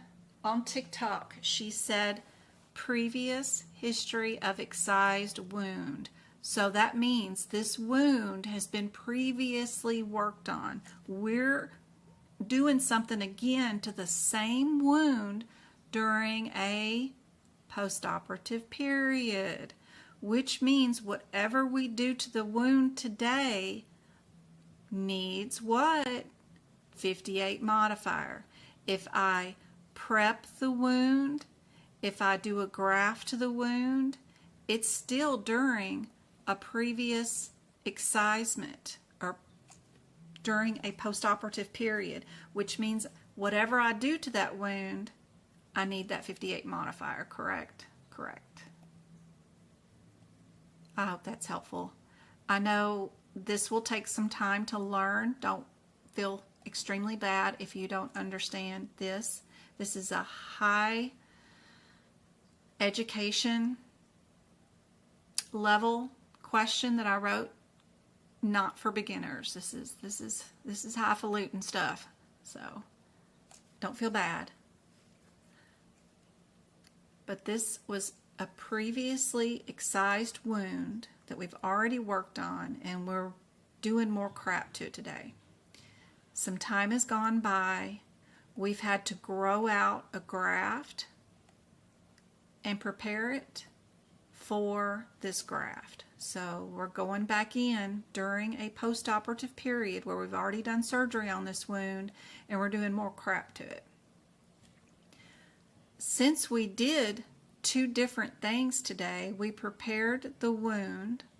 We had to open it up and get it ready for the graft and make it ready. And we had to do the graft. And they're both on the same body part and the same wound. Would we add our 51 modifier, which is multiple procedures, or do we not need that? Is that just a given? Is that part of the CPT code descriptors for the 71 and the 002? Is that already in our CPT descriptors? That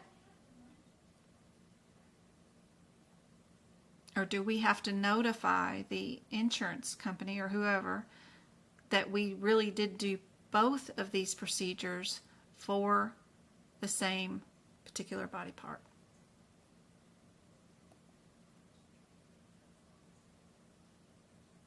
Good, Jackie. I hope that's helpful.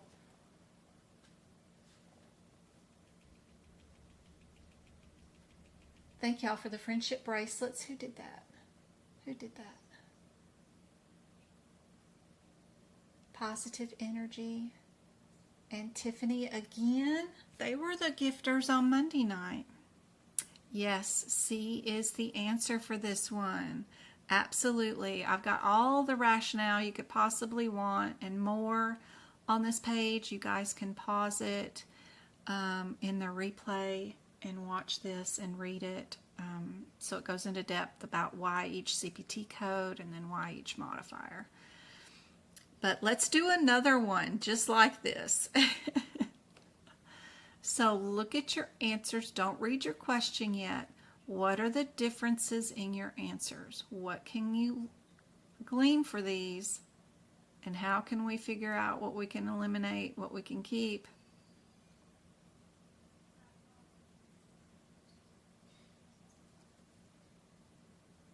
I see we got 3 right here that start off with the same first CPT code. And then one of them's different. We also probably have modifiers. This one looks different. The 41 is first instead.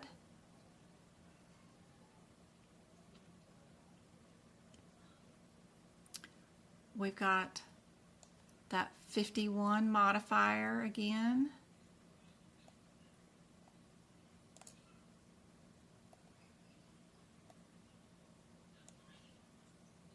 We also have 2 answers that have another modifier with it, which is the 59. We know we did 3 procedures. That's not in question. We've got 3 or more three CPT codes with every single answer.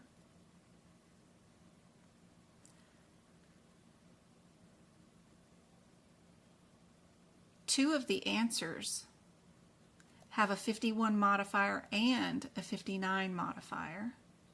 Is that significant? Out of those 2, they've switched from the 41 to the 40, and here the 40 to the 41. So it's just a difference in the CPT codes. If you're looking for similarities, and trying to do this without looking up anything, right?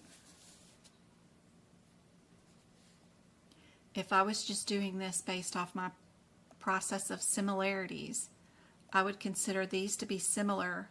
That would eliminate D. And then because those modifiers were similar, because none of the other answers had the modifier similarities, I would eliminate these and I would keep B. If I was just looking at the answers and just picking out an answer, I would think B. If I was doing my process of similarities, stuff like that. But we can verify a little bit easier by taking some clues from the question also. Would we need the 51 and the 59? If we're using 59, then that means one of the procedures is distinct and separate from the other procedures, right? This one has the 51 too on the last part.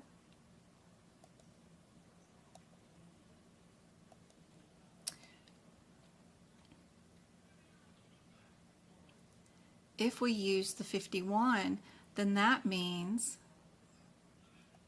the 51 goes together with the beginning first 2 codes.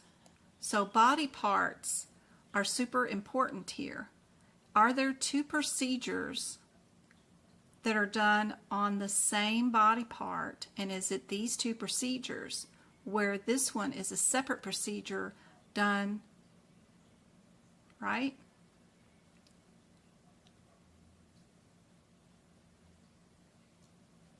So we've got an excision on the temple with a full thickness free graft from a clavicle.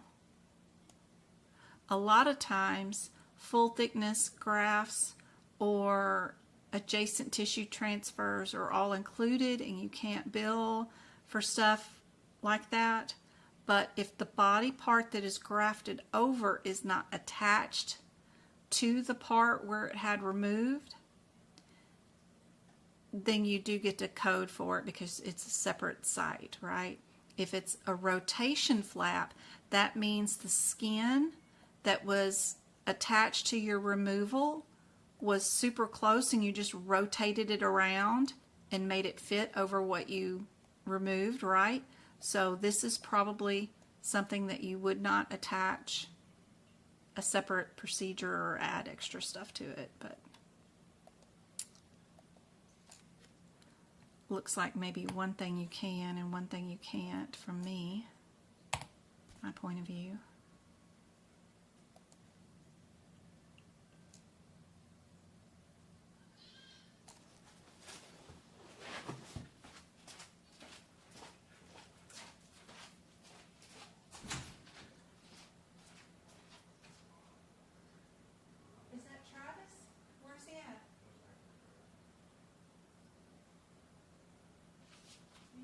So close to getting that phone turned off again.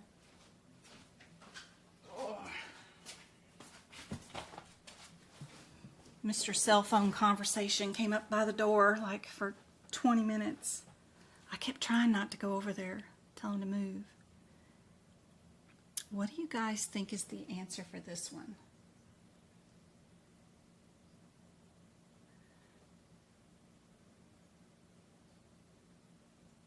Unspecified diagnosis codes too. Yep, we've got differences in the diagnoses that could be super helpful for sure. If the CPT codes and the modifiers are way too distracting, luckily every single answer does have a different diagnosis code. That would probably be an easier route than worrying about modifiers and worrying about CPT codes. Could very well be, because then all you got to do is run to the diagnoses, look up your differences between 10, 11, 12, and the 09, and see, do we have any kind of, I wonder how in the world, we don't have any pathology back on this. So until you get pathology, how are you going to give it a diagnosis anyway? It's probably going to be 9 anyway, no matter what, right? Because usually the 9s are non-specified. Good observation, Miss Jess.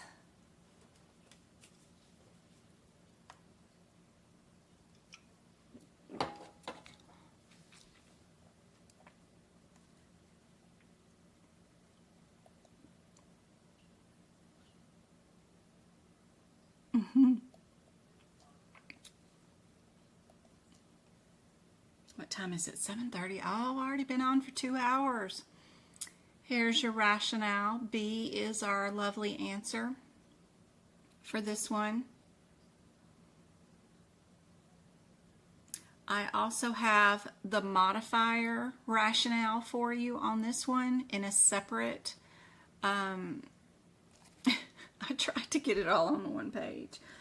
But the usage of the 51 modifier indicates the multiple procedures and why it goes with every single CPT code here for this particular example, and then why the 58 or why the 59 goes with the 11643, I have it here for you. So that you know which modifier goes with which CPT code, and then, of course, the diagnosis codes for just the body parts, the right temple, and then we've got of the left hand. So, but we've got 2 pages of rationale I wrote out with this one, so hopefully y'all can scan this later and look at this. Let's do one more and then we're done for tonight. If y'all got enough brain power for one more, it's not too bad. Okay. We've got LT modifier.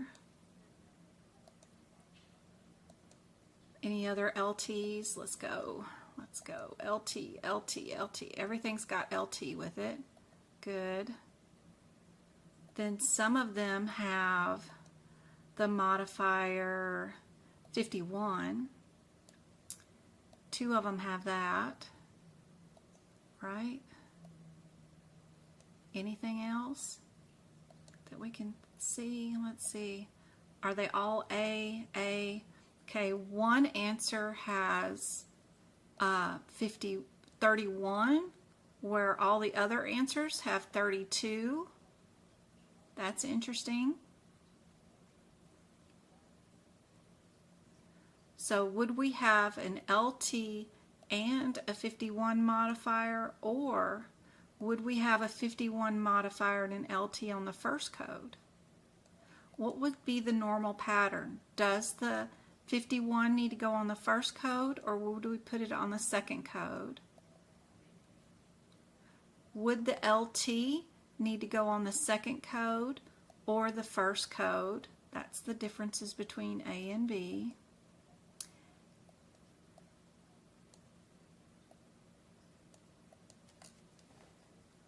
What is a normal pattern? What is something that you normally see?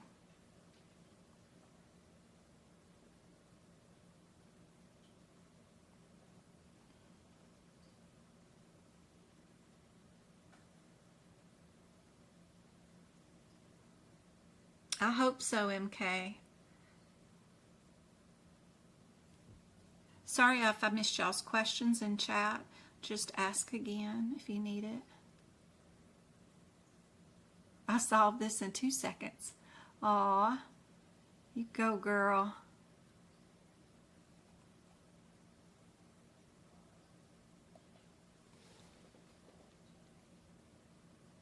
Jess has got this one right. Good job. This one's actually C. The 51 and the LT go on the first code for this one. The 90 is just for fixing the fixation device on. Yep. We did the procedure bilaterally, right? Something like that, or 51 on multiple procedures, yeah.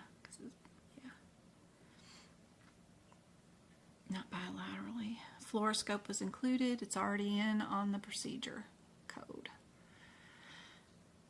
Closed reduction of Colles fracture. We also applied the external fixation uniplane device.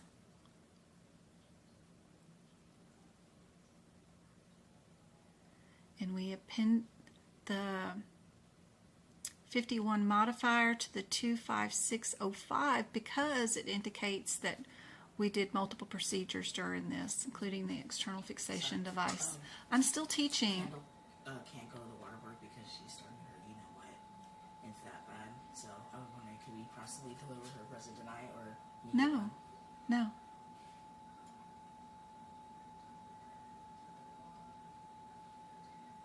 No, Travis, we cannot. Okay, you got my answer. We're not delivering birthday presents tonight. We are not. Her birthday is on Saturday. One more. I lied. We have one more. this is the last one I'd have for tonight. This one too has some modifiers. This one's got the 50. And this one has the 51 too. Let's look. We've got 50, 50, 50. What about the 51? Oh, there's another 50. Would both CPT codes get the 50? Let me go yell at Travis. And then we got the 51. He can just go out there with Grandma. Where is he? Alright. You better not. Alright. Oh, Chloe. Alright. And then we've got the 51. 51. I tried to do green. It's not wanting to do it. There we go. Would we do no modifiers at all? Would we do one of each on each CPT code? Would we do 50 on both of them and add the 51, or just the 50?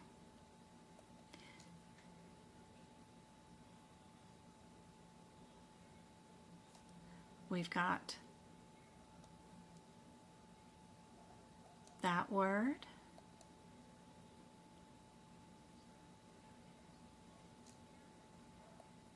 And we got that word to help us out. What do you guys think? We're almost done. What do you guys think is the answer? We got 13,000 likes and 13 shares on TikTok. How many did we end up on YouTube? We ended up with a 1% chat rate on YouTube. Could have gotten more combo, I guess. But we got 29 likes and 23 people on YouTube. Usually people are talking a whole lot more. I usually get like a 3% chat rate, but I haven't been able to watch it. How hard is the CRC? We're going to find out. I haven't taken the CRC certification exam, but I'm taking the course right now. I'll sit for the certification exam twice. I'm going to try not to really pass it. I don't need any more CEUs. I've already got the CPC and the CPMA. I don't really want any more certificates because that's more crap to keep up with, but I don't know. I'm going to take it twice so I at least see the exam twice. You're welcome. You got about Pocket Prep. You got it today and was trying to answer what I could without looking at the book. Oh, yay, Angie. That's awesome. I hope you used my link because Pocket Prep's been super sweet. I've got some goodies still from Pocket Prep too that they sent me that I need to send out as gifts to people. You did? Awesome. I got sunglasses, some peppermints, ink pens, and things like that from Pocket Prep as a gift package they sent me. And I got a few little things that I haven't given away when I was traveling across the United States to other students. So I got to figure out, I got to send some of those out. I have not taken the COSC yet. Nope. But I did take the course, which was nothing but one exam.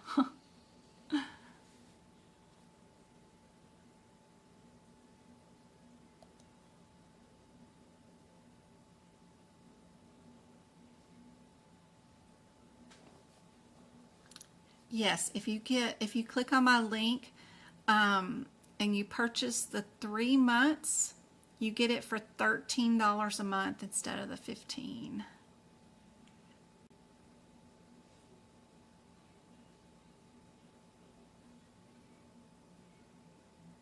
What's the ARC 100 questions to? What does that mean?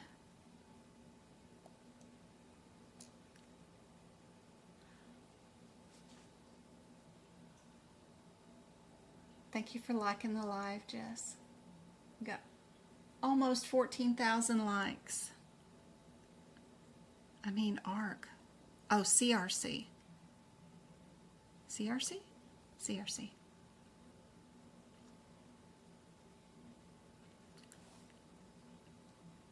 CRC is dealing with just the diagnosis codes. So this one has the same diagnosis codes, except for this answer only has 2. This one has all 3, this one has all 3, and this one has all 3. So thinking about looking for similarities and irregularities, that sometimes is helpful too. Just to count your diagnosis codes, count your CPT codes. The answer for this one is C. We would use the 50 modifier for both of them and add the 51 modifier. So just looking for what's normal and what would be appropriate for modifiers can really save you during the exam. These are super hard questions, so don't feel bad if you didn't get them right, but hopefully these rationales and things that I have written out for you can help out. Just starting to look at these patterns and recognize what is normal, what's abnormal, can help out a whole bunch. There's the extra bonus ones about the modifiers and why they go with both of these CPT codes for rationale. That's a whole lot of rationale to write with these answers, but hopefully it helps out.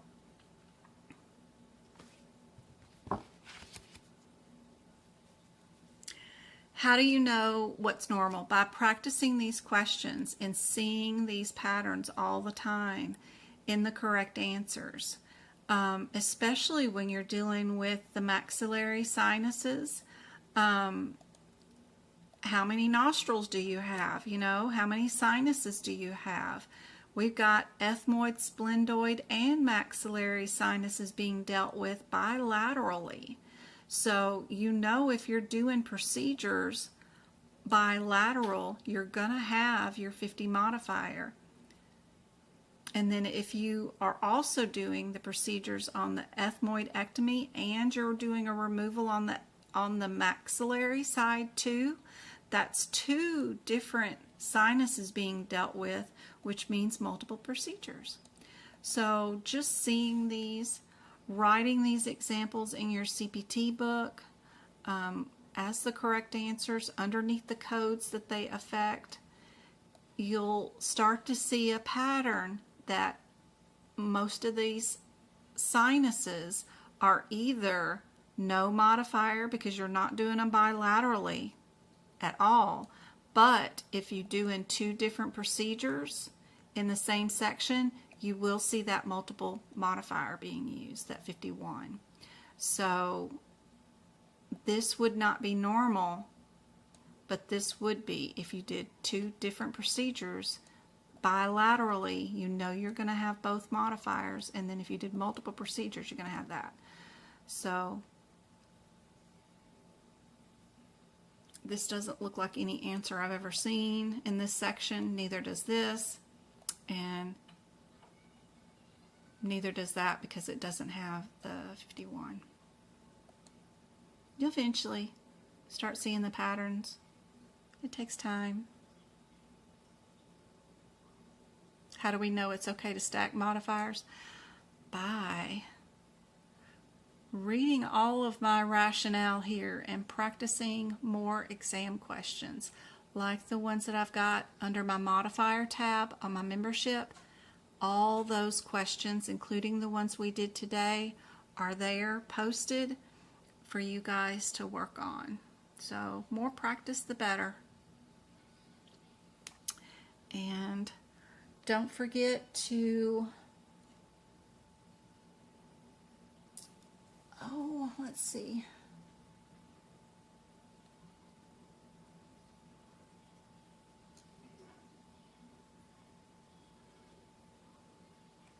Right there is the website.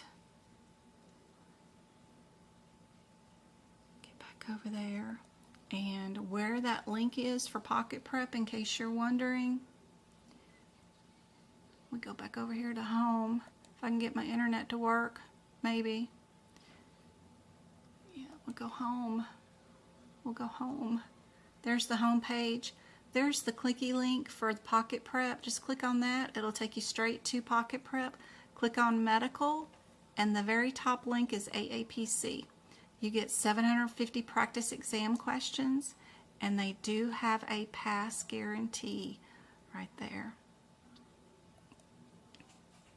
Super helpful. They do give you questions in all of the sections for the exam.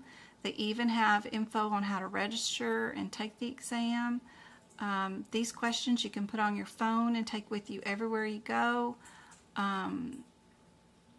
It's pretty cool. They have questions in all the areas, including cases. And if you have the AAPC ICD-10 and the Pocket and the HipPix book, you'll get page numbers where the answers are. But at least with all the CPT book questions, you've got the page numbers where the answers are anyway, because everybody has the same book, the AMA CPT book. So that's super helpful. And they'll keep up with your average score, let you know how well you're doing, get the score up to where you've taken all 750 practice exam questions and your average score is at a 90, and I think you're ready for the exam. So, love Pocket Prep. Been using them since 2019. Back when they only had 250 questions, then they moved up to 500, and now they got 750. And with your clicking on the link, we get a couple of dollars from them every month, and then that helps me pay for YouTube memberships for you guys. The memberships that I have on my website are just for practice exam questions. If you just need a little bit of questions, there's a $6 one. If you need everything I got, like from oncology to guideline ones, that's the $7 one. If you want to take another certificate and just do CRC, I have one for that too, but that's super helpful. The membership gets you access to all of those practice exam questions. I was working on guidelines. I added more to anatomy. I added more to modifiers today. I added more to ICD-10 today. All super helpful. Just click on whichever one you want to work on today and start clicking away. It'll tell you what the answer is and the rationale. Super helpful. Just click, click, click.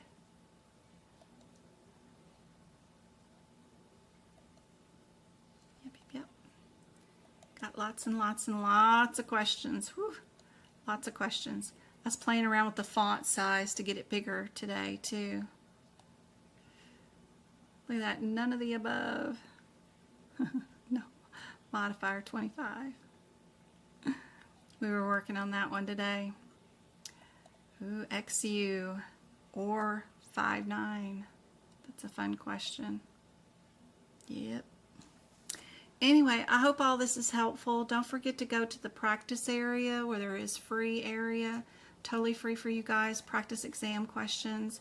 There's the flashcards and PDFs you can download that are free. If you do want a copy of all my notes, those are in the shop, and you can just do a search. Like if you're looking for cardiology, you can just do a search on any page on my website and it'll bring up whatever I've got. So the 2024 cardiology notes are right there. You can skim through the photographs and see what you're getting a picture of, like the Appendix L and all that stuff.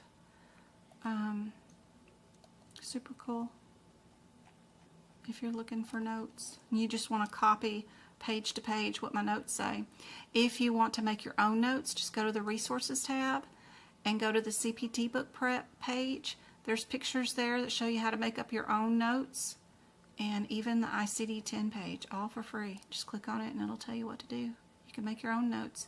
There's even book prep videos that are there for free where I go code to code and make my own notes, and you get to follow along and watch me. Those are free. I do have a YouTube membership that you can go to, and for $5 a month you can watch me do all the sections of the book on the YouTube channel. under social media tab, there's the YouTube channel you can go to. And if you want to join the membership for the membership videos that are right there, like all the book prep videos for the ICD-10, CPT, and guidelines, you can just click the join now right there. But I hope this is super helpful. Don't forget to go to the community tab page. There are tons of practice exam questions here too that you guys can click on the YouTube channel. Just click on an answer. It'll tell you the rationale. Super fun. There's lots of them. There's a podcast where you can listen to me read you the CPT book and then tell you what I think the answer or the sentence just meant that I just read. That's super cool. And then there is also the duck classes, the workshops, and the book prep videos. I should be live again come Monday, Wednesday, and Friday next week. The links will be up here on YouTube. I hope this is helpful. I will be pushing out some more videos for you guys. But now I gotta go get busy for our workshop we're having Sunday, where we're going to do nothing but cases. These are going to be difficult cases. They're cool. Let me see. I'll show you all a little bit of what we're doing for our workshop on Sunday. Where is my word? Right here. So my CPMA. Oh Lord, why are you looking like that? Oh yeah, because I have my page like that. Okay. Ooh, I didn't mess it up. There we go. I don't know what's going on there, but my workshop for CPMA is going to be talking about how do we fix and deal with charts that we need to deal with, how to tackle these by looking at the answers first. Like if your question had two questions, what does the second question tell you about the answer for the first question? If that makes any sense whatsoever. Just because they're asking you the second question, that should tell you what the first answer is. They're going to give you the billing sheet and the NCCI edits for the procedure on the CPMA quiz, and this edit shows you, it's really cool, where's the drawing tool, that this code goes with this code with that one thing. We have that one and that one billed, but they put that modifier there. Does the 51 modifier go there? 51 is multiple procedure. Is that the correct way to do these two codes? Is that even an option here? I'll show you guys Sunday how to handle these questions and how to pick out the correct answer, like I did when I took the CPMA exam. Anyway, I hope this is super helpful, and I will see you guys on Sunday. Love you guys.